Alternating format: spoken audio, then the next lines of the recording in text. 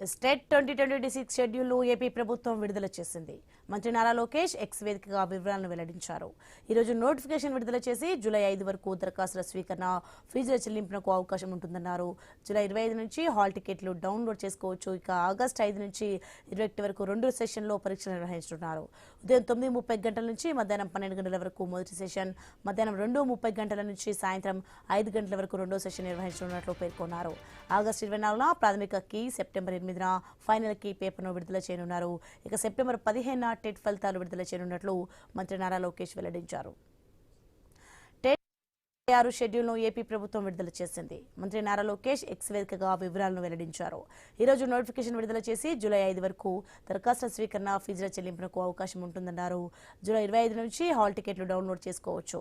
ఇక ఆగస్టు 5 నుంచి 21 వరకు 2 సెషన్లో పరీక్షలు నిర్వహించనున్నారు. ఉదయం 9:30 గంటల నుంచి మధ్యాహ్నం 12 గంటల వరకు మొదటి సెషన్, మధ్యాహ్నం 2:30 గంటల నుంచి సాయంత్రం 5 గంటల వరకు రెండో సెషన్ నిర్వహించనున్నట్లు పేర్కొన్నారు. ఇక ఆగస్టు 24న ప్రాథమిక కీ, సెప్టెంబర్ 8న ఫైనల్ కీ పేపర్ను విడుదల చేయనున్నారు. ఇక సెప్టెంబర్ 15న టెట్ ఫలితాలు విడుదల చేయనున్నట్లు మంత్రి నారా లోకేష్ వెల్లడించారు.